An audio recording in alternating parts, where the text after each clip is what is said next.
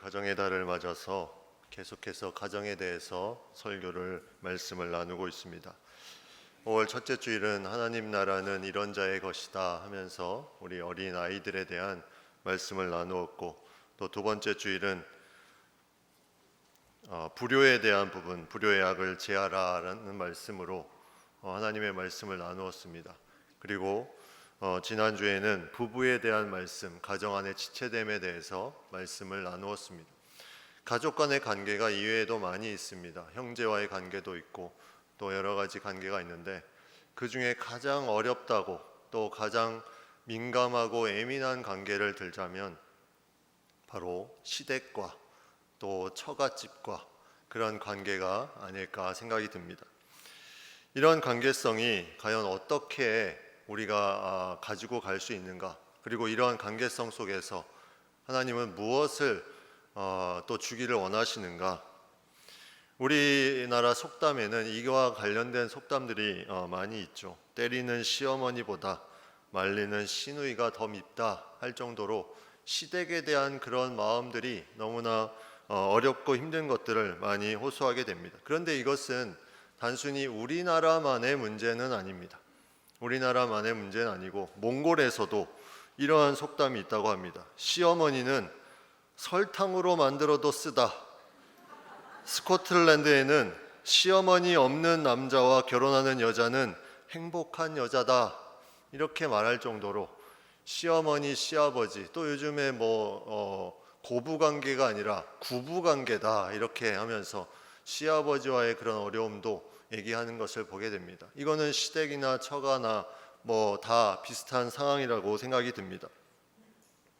그런데 이러한 관계성의 어려움을 가지고 살아가는 것이 참으로 난감하고 힘든 부분이지만, 그럼에도 불구하고 분명히 결혼을 하게 되면 그 관계성은 이루어지고 그 안에 분명한 뜻이 있다는 것을 우리가 생각해 보게 됩니다.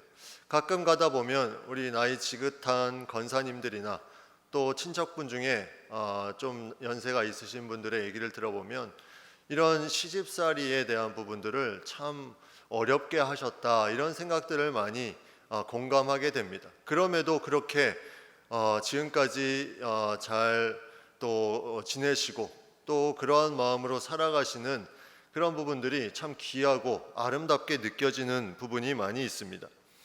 이 관계성이 얼마나 어려운지 최근에는 뉴스를 한번 찾아보니까 이런 기사가 있었습니다. 예비 장인어른이 딸에 대한 결혼 조건으로 이러한 조건을 내밀었다는 거죠. 그 사돈댁에 딸 같은 며느리를 바라지 않는 것, 이것을 조건으로 내밀었다는 것입니다. 내 딸은 내 딸이다. 그 집의 딸이 될 수 없다. 근데 놀랍게도 여기에 많은 사람들이 공감을 했다는 거죠. 이처럼 시댁과의 관계성은 잘 이루어지는 것이 쉽지 않은 그 무엇에 좀 예민한 미묘한 부분이 있는 것 같습니다. 이 어려운 관계성에 성경은 과연 뭐라고 말하고 있을까? 부모님과의 관계성에 대한 부분은 많이 얘기를 하고 있는데, 이런 시댁과 처가에 대한 관계성에 대한 부분에 말씀을 찾기는 그렇게 쉬워 보이지는 않습니다. 왜냐하면 그 이유가 있습니다. 이 당시에 유대인들의 사회에서는 여성에 대한 그런 존재가 어떠한 가치, 존재 가치보다는 소유 가치로 많이 여겼던 시대이기 때문에 그런 관계성을 굳이 말할 필요가 없는 그런 시대였습니다. 오죽하면 유대인들의 기도에, 감사 기도에 내가 이방인으로 태어나지 않은 것이 감사합니다. 내가 종으로 태어나지 않은 것이 감사합니다. 또 마지막이 내가 여자로 태어나지 않은 것이 감사합니다. 이렇게 기도를 할 정도로 여자에 대한 그런 인식, 인구수에도 넣지 않을 정도의 그런 사회였기 때문에 이런 관계성을 다루는 것 자체가 좀 이상하리 많지, 그러한 생각이 들기 때문에 성경에 잘 찾아볼 수 없는 그런 부분입니다. 그럼에도 불구하고 놀랍게 한 여인이 그 제목으로 나와 있는 책이 있으니 그게 바로 오늘 읽은 룻기입니다. 이 룻과 나오미의 그런 며느리와 시어머니의 관계성. 그런데 오늘 말씀은 단순히 가족과의 관계성을 말하는 그런 부분이 아닙니다.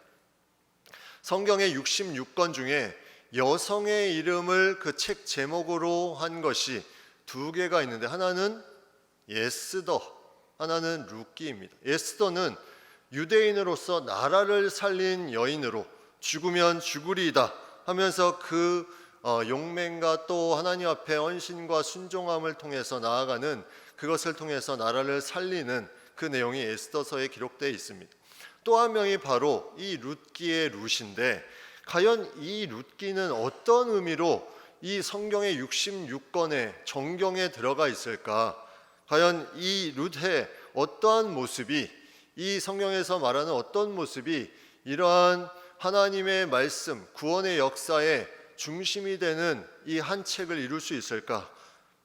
그것은 룻의 이 한 고백에서부터 시작되는 것을 우리가 보게 됩니다. 1장에 오늘 읽었던 16절 17절에 보면 어머니께서 가시는 곳에 나도 가고 어머니께서 머무시는 곳에서 나도 머물겠나이다. 어머니의 백성이 나의 백성이 되고 어머니의 하나님이 나의 하나님이 되시리니 어머니께서 죽으시는 곳에서 나도 죽어 거기 묻힐 것이라.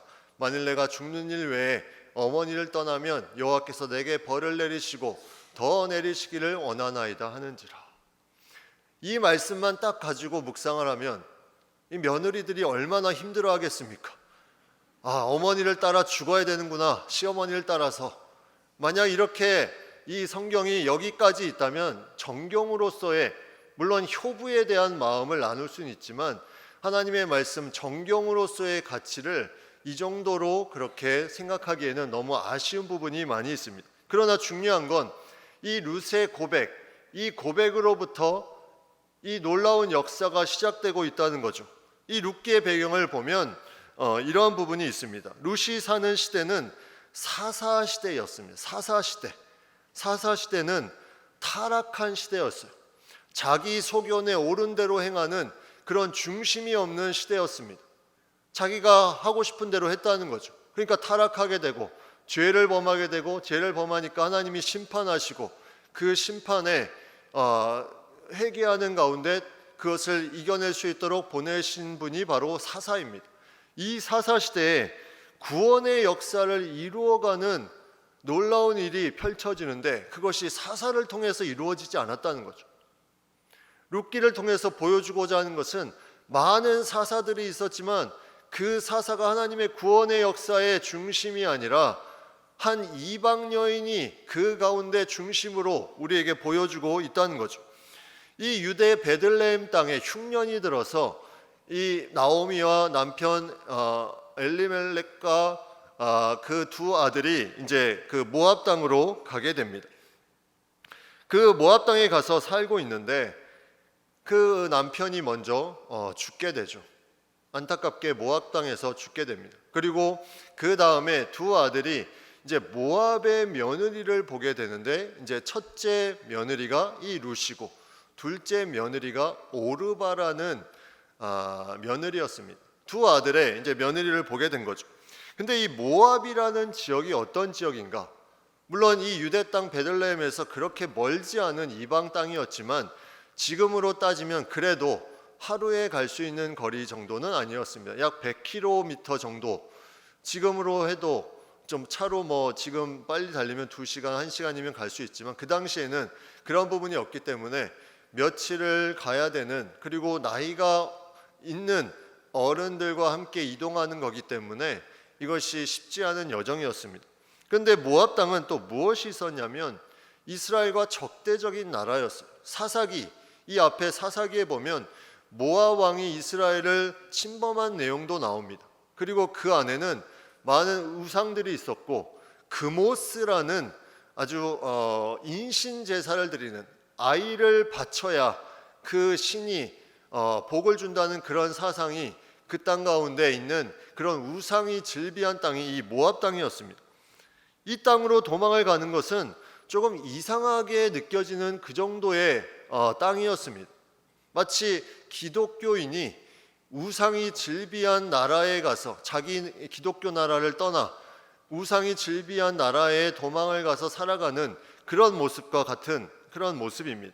그런데 이 가운데 이제 두 아들의 며느리를 얻게 되고 이미 남편은 죽게 되고, 그런데 10년 정도 지내다가 또 이 두 아들이 또 죽게 됩니다.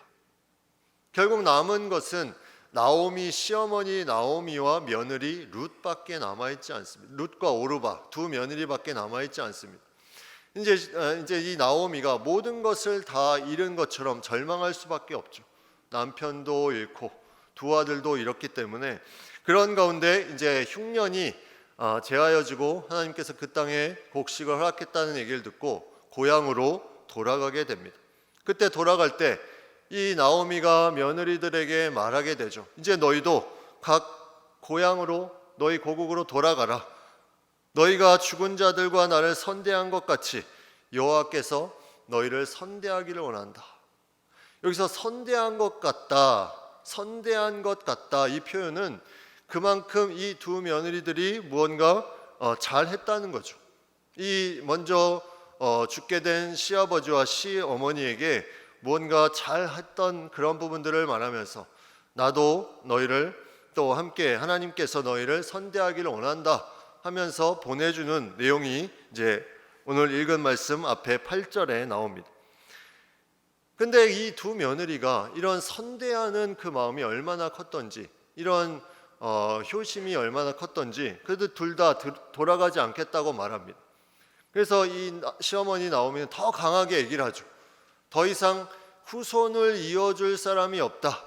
그렇기 때문에 너희는 돌아가라고 더 강하게 말합니다. 이때 이제 두 번째 며느리였던 오르바는 이제 돌아가게 되고 작별 인사를 하고, 그리고 룻은 계속해서 남게 되는데 그 남으면서 했던 고백이 아까 읽은 16절 17절 말씀입니다. 이 오르바를 누가 뭐라고 하겠습니까? 이방 여인이 젊은 나이에 남편을 잃고 또 이방의 땅에 어머니를 따라서, 시어머니를 따라서 가서 산다는 것이, 이것이 쉽지 않은 일입니다. 어쩌면 돌아가는 그 순간, 처음에는 같이 가려고 했지만 두 번째 돌아가려고 하는 순간은 이건 누구도 뭐라고 할 수 없는, 어쩌면 당연한 그런 모습이라고 보여집니다. 그런데 룻은 그 당연함에 조금 더 강한 본인의 의지와 결단이 그 가운데 있었다는 거죠. 룻에게는 이러한 결단으로 결국 어머니를 따르고 내가 죽기 전에 이것을 지키지 않으면 하나님이 나에게 벌을 내리는 것이 마땅하다 할 정도로 그에게는 그런 마음으로 나아갑니다. 이거는 쉽지 않은 결단이죠. 그런데 그 결단을 룻이 하게 되고 결국 고향 땅에 같이 돌아오게 됩니다. 이 돌아오면서 이제 그 모든 것에 내용이 진행되는데, 과연 이 성경에 이르는 이 내용에 어떠한 초점이 있는가? 그게 이제 마지막, 룻기의 마지막 부분에 나오는데 룻기 4장 17절에 보면 이 말씀이 있습니다. 그의 이웃 여인들이 그에게 이름을 지어주되 나오미에게 아들이 태어났다 하여 그의 이름을 오벳이라 하였는데, 이제 룻을 통해서 낳은 이제 아들이죠. 오벳이라 하였는데 그는 다윗의 아버지인 이새의 아버지였더라, 이렇게 나왔어요. 그러니까 결국 그 룻이 다윗의 증조 할머니가 된 것입니다. 다윗이 누구입니까? 예수 그리스도의 그 족보에 이르는 그런 유대 가문에 계속해서 예수 그리스도의 혈통을 이어주는 가문의 증조 할머니가 되었다는 거죠. 룻이, 이방 여인인 룻이 이러한 놀라운 역사에 그가 들어가게 됩니다. 이제 조금 더 내용을 보면 이 룻은 이러한 결단을 가지고 이제 시어머니를 따르고 나아갔는데, 룻은 이러한 나오미의 그런 안타까움, 절망적인 그런 삶의 모습을 그가 계속 같이 있으면서 힘을 주는 그런 부분들이 성경에 계속 나옵니다. 2장에 그 내용이 나오는데 2장 2절에 보면 모압 여인 룻이 나오미에게 이르되, 뭐라고 말하냐면 언하건대 내가 밭으로 가서 내가 누구에게 은혜를 입으면 그를 따라서 이삭을 주겠나이다. 사실 이 말도 쉽지 않은 말입니다. 룻이 이방 땅에 왔으면 어머니가 무언가 좀 돌봐줘야 되는 상황인데 룻은 본인이 나아가서 먹을 것을 찾겠다 하면서 이삭을 죽겠다고 하면서 나아갑니다. 근데 나오미로서는 너무나 안타깝고 힘들고 절망적이고 남편을 잃고 두 아들이 잃었기 때문에 정말 의욕이 없는 그런 삶에서 이 룻이 힘을 내서 자신이 나가서 이삭을 죽겠습니다, 먹을 것을 찾아보겠습니다 하면서 나아가는 그 부분을 보게 됩니다. 여기서 아까 얘기했던 구원의 역사를 이루는 그런 증조 할머니가 되는 한 사람을 만나는데 그 사람이 바로 보아스라는 인물이었어요. 보아스. 이 보아스라는 인물, 이제 이 남편 엘리멜렉의 유력한 친척, 가까운 친척이라고 성경은 말하고 있는데, 이 룻이 이삭을 주우면서 가다가 우연히 그 보아스의 밭까지 이르게 됩니다. 계속 죽고 있는데 이제 보아스가 그 모습을 보고 그 룻에 대해 많은 얘기들을 하게 되죠. 그 말 가운데 어떤 말들이 있었냐면, 내 땅에서 이삭을 주어라, 그리고 자기의 신복들에게 룻이 이삭을 줍도록 그냥 내버려 두어라, 그리고 목마르다면 물을 주라, 그리고 식사할 때 불러서 함께 먹게 하라, 그리고 이 곡식 다발을 조금씩 뽑아버리게 되어서 그것을 흘려서 그거를 줍게 하라. 이런 많은 배려를 보아스라는 인물이 해줍니다. 그 모든 것에 보아스는 룻이라는 존재가 어떤 존재인지 알고 있었던 것 같아요. 그래서 이렇게 그가 말합니다. 2장 12절 말씀에 보면, 여호와께서 내가 행한 일에 보답하기를 원하며 이스라엘 하나님 여호와께서 그의 날개 아래에 보호를 받으러 온 내게 온전한 상 주시기를 원하노라. 온전한 상 주시기를 원하노라. 네가 무슨 일을 했는지 그것을 알고 있기에 하나님께서 그 모든 것에 보답하기를 원한다, 그리고 온전한 상 주기를 원한다, 이러면서 나아갑니다. 이 룻의 마음에는 이 보아스가 또 한 명의 그런 위로의 그런 부분들을 만났음을 생각해 보게 됩니다. 이 얘기를 이제 시어머니에게 전하게 되고, 시어머니는 그렇게 의욕을 잃고 절망 가운데 살다가 무언가 거기서 깨닫는 한 가지가 생긴 것 같습니다. 그래서 그 가운데 그 시어머니가 이제 룻에게 하는 이제 말이 3장 부분에 나오는데, 뭐라고 말하냐면, 내 딸아, 내가 너를 위하여 안식할 곳을 구하여 너를 복되게 하여야 하지 않겠느냐 하면서 어떠한 말을 하냐면, 이제 룻에게 목욕하고 몸을 단장하고 그 보아스가 잠들어 있는 곳에 가서 이불의 그 발치를, 이불을 들고 그곳에 누워라, 이렇게 시어머니가 말을 합니다. 이게 가능한 일입니까? 며느리가 과연 이런 것까지 시어머니의 말을 다 들어야 되는 것인가? 그런데 룻은 그 말에 순종하며 그 보아스가 있는 곳으로 가게 됩니다. 그리고 그 발치에 있는 이불을 들고 그곳에 눕게 됩니다. 보아스는 몸을 돌이키다가 한 여인이 누워 있는 것을 보고 깜짝 놀라게 되죠. 깜짝 놀라게 됩니다. 그때 룻이 말합니다. 나는 당신의 여종 룻이오니 당신의 옷자락을 펴 당신의 여종을 덮으소서. 이는 당신이 기업을 물을 자가 됨이니이다. 이게 무슨 말이냐면, 나와 결혼합시다, 이 얘기입니다. 이삭을 줍다가 만난 사람인데 나오미의 그런 시어머니의 말대로 가게 됐고, 당신은 기업을 물을 자가 됨이니이다. 여성이 남성에게 프로포즈를 하는 이 효시를 여기서 룻에서 볼 수가 있습니다. 남성이 하는 것보다 훨씬 더 과감한, 요즘에는 여성들이 많이 프로포즈를 한다고 하는데, 이런 모습을 과감하게 그냥 이불을 걷어 올리고 그곳에 누워버립니다. 그리고 당신이 나와 결혼해 달라는 그런 부분을 기업 물을 자가 됨이니이다, 이렇게 표현하며 나아가고 있습니다. 보아스가 이 말을 듣고 어떤 생각을 했을까? 보아스의 어머니가 누구였냐면, 보아스의 어머니가 라합이라는 인물이었습니다. 라합. 이 라합이 누구입니까? 라합이 이스라엘이 가나안에 정탐했을 때 그 정탐꾼들을 살려준 이방 여인이 이 라합이었습니다. 보아스에게 그냥 이방 여인이 이렇게 했다면 아마 난리가 났을 거예요. 유대인, 일반 유대인이라면 난리가 났을 겁니다. 아니, 유대인 여자도 이러면 큰일인데 이방 여인, 유대인들이 부정하다고 생각하는 이방 여인이 갑자기 자고 있는데 이불을 들고 거기서 누워 자고 있다? 이거는 말이 안 되는 일이죠. 그런데 하나님께서 이 보아스에게 이 엄마를 통해서 주시는 그런 이방 여인에 대한 마음이 있었고, 이 여인에 대한 그런 행한 부분들을 알고 있었기 때문에 그가 뭐라고 말하냐면, 나보다 더 가까운 친척이 있다.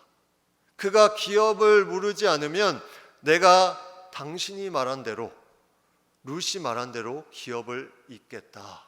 이렇게 말합니다. 보아스는 결혼하는 거에 대해서 자신의 생각을 나타낸 것이 아니라 하나님의 뜻이면 그것이 이루어질 것이다. 결혼부터 그렇게 그가 하나님께 맡기며 나아갔습니다. 그리고 룻을 아무도 모르게 새벽에 다시 보내게 되고, 실제로 보아스는 그 이후에 그 자기보다 가까운 친척 기업 물을 자를 만나게 됩니다. 근데 그 기업 물을 자가 만약에 자신이 그것을 기업을 물으겠다 하면 이게 다 깨지는 거예요. 이걸 이룰 수 없습니다. 그런데 그 기업 물을 자가 이 엘리멜렉의 그런 소유를 내가 이어받으면 손해가 될 것 같다 해서 이것을 받아들이지 않고, 그리고 신을 벗어 던지는 것으로 자신의 그런 거부 의사를 표현합니다. 이렇게 해서 룻은 보아스와 함께 이제 결혼을 하게 되고, 그 가문이 아까 얘기했던 다윗의 가문, 아브라함의 혈통, 예수 그리스도의 족보, 그 족보에 이르는 그런 혈통이 되게 됩니다. 이러한 일들이 계속해서 일어나는 그러한 상황이 우연히 계속 펼쳐지는 것 같지만, 여기에는 인물들의 중요한 마음들이 이 가운데 있습니다. 그 중에 룻이라는 인물의 그 마음을 보면, 룻은 어머니를 따라 나섰습니다. 그는 이러한 역사가 나타날지 전혀 알 수 없었습니다. 근데 그에게는 한 가지 마음, 내가 정말 선대했던 어머니에게 계속해서 그 마음을 가지고 함께하며 나아가고자 했던 그 마음이 그 가운데 계속 있었고, 그 어머니의 말씀을 순종하며 위로하고자 하는 그 마음이 있었다는 것, 그거 하나밖에 없었습니다. 근데 그것이 계속해서 퍼져나가서 예수 그리스도의 계열, 족보에 이르는 놀라운 그런 한 가문이 되었다는 거죠. 그러면 우리는 여기서 생각해 볼 수 있습니다. 룻이 이렇게 한 것은 나오미라는 그 시어머니가 분명히 뭔가 달라도 달랐을 거야. 며느리가 저렇게까지 할 수 없다. 어떻게 이방 여인이 젊은 나이에 남편을 잃었는데 자신의 땅을 두고 이방 나라에 가서 저렇게까지 할 수 있을까? 저렇게까지 순종할 수 있을까? 시어머니 나오미가 분명히 조금 특별한 사람이었을 거예요. 근데 우리가 생각해 보면 나오미가 그렇게 특별한 사람이 아니었습니다. 왜냐하면 아까도 얘기했지만 나오미 가정이 모압 땅으로 이사를 했다는 그 자체만 해도 그렇게 나오미 가정이 믿음의 사람이라고 볼 수가 없습니다. 어떻게 이 우상이 즐비한 그 땅에 도망을 한다고 그 땅까지 갈 수가 있었을까? 그리고 남편이 죽고 나서 이방신을 섬기는 그 땅의 며느리들을 삼은 것도 이것이 믿음의 모습이 아니었습니다. 더군다나 오늘 읽은 말씀 다음에 21절에 보면 이러한 말씀이 나옵니다. 내가 풍족하게 나갔더니 여호와께서 내게 비어 돌아오게 하셨느니라. 여호와께서 나를 징벌하셨고 전능자가 나를 괴롭게 하셨거늘 너희가 어찌 나를 나오미라 부르느냐. 나오미는 기쁨, 희락 이런 뜻입니다. 근데 자신을 더 이상 나오미라 부르지 말고 마라라고 부르라, 슬픔이라고 불러라. 그 이유가 어디 있냐면 여호와 하나님이 나를 이렇게 만들었다, 이렇게 원망하는 사람이 나오미였습니다. 나오미는 믿음의 사람이 아니었어요. 자신의 그런 믿음이 특별한 사람이 아니었습니다. 평범한 사람이었습니다. 그렇다면 그가 인자한 어머니였을까요? 인자한 어머니였을까? 인자한 어머니였으면 고국 땅에 돌아온 그 며느리에게 본인이 무언가 해줄 부분들을 먼저 해주고 조치를 취하고 그렇게 해야 되는 그것이 맞는 것 아니겠습니까? 그런데 그렇게 하지 않고 오히려 룻이 먼저 이삭을 죽겠다고 나설 때 그렇게 하라고 허락만 했습니다. 그리고 인자한 어머니의 모습은 어떻게 보아스가 자고 있는 곳에 이불을 들고 누워라 이런 말을 할 수 있겠습니까? 이게 인자한 어머니로서 할 말입니까? 만약에 지금 시대에 이런 말을 누군가 했다면 이제 나이가 정말 많이 들었구나, 며느리가 이렇게 생각하지 않겠습니까? 그런데 그 모든 평범한 나오미의 룻이 반응하며 나아가서 그 모든 것에 하나님의 놀라운 구원의 역사에 그 족보에 귀한 인물로 새겨졌다는 것, 이것은 우리에게 중요한 것을 말씀하고 있습니다.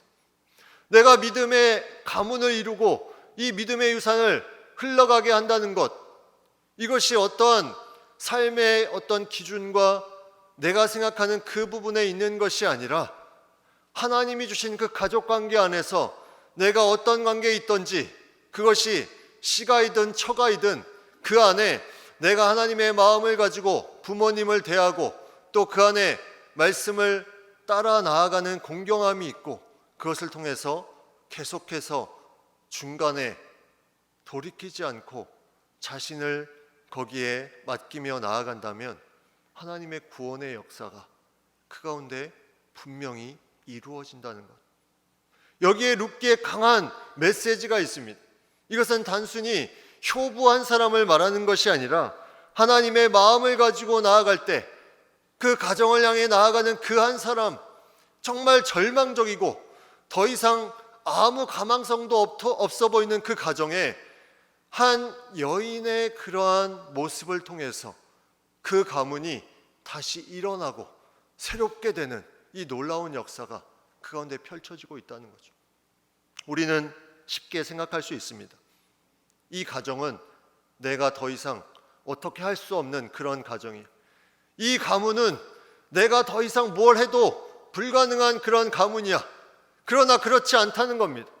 절망 가운데, 아픔 가운데, 어려움 가운데 있을 때 그 한 사람을 통해서 하나님의 놀라운 구원의 역사를 이루어 가시는 것, 이것이 룻기에서 말하는 놀라운 가문 안에 믿음의 유산이 흘러가는 귀한 것들을 우리에게 보여줍니다.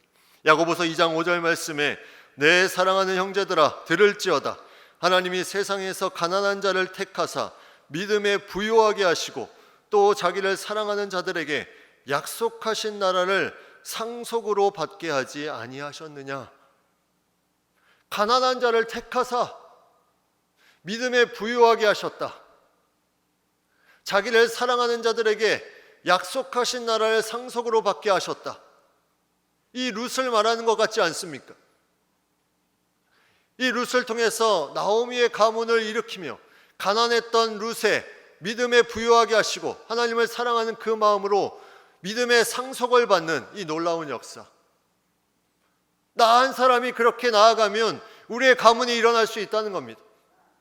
나 한 사람이 그 가운데 이 가문은 절망적이야, 이 시댁은, 이 처가는 정말 보기도 싫어, 이것이 아니라 나 한 사람이 변하니까 가문이 일어났다는 겁니다. 이것에 놀라운 역사가 있다는 거죠. 우리의 구원의 역사, 여기에 하나님께서 주시는 마음이 있습니다. 내가 가정의 복음화를 위해서는 기도합니다. 그러나 여기 한 가지 더 기도해야 됩니다. 나를 통해서, 하나님, 나를 통해서 내가, 나의 생각이, 나의 가치가, 나의 어떤 관념이, 나의 선입관이 바뀌어서 나를 통해서 이 가문이, 하나님의 믿음의 유산이 잘 흘러갈 수 있도록 주님께서 인도하여 주시옵소서. 나를 통로로 삼아 주시옵소서. 이 믿음이 우리에게 필요합니다. 우리가 가정의 달에 하나님의 말씀을 나누었습니다. 이 가정의 달에 하나님의 말씀을 나눈 내용들을 그냥 5월 달의 말씀으로 흘려보내지 말고 정말 내가 이 가정 안에 나의 역할과 하나님이 주신 그 마음에 믿음을 가지고 내가 나아가면 우리의 가정이 변하고 새롭게 되는 놀라운 역사가 나타날 것입니다.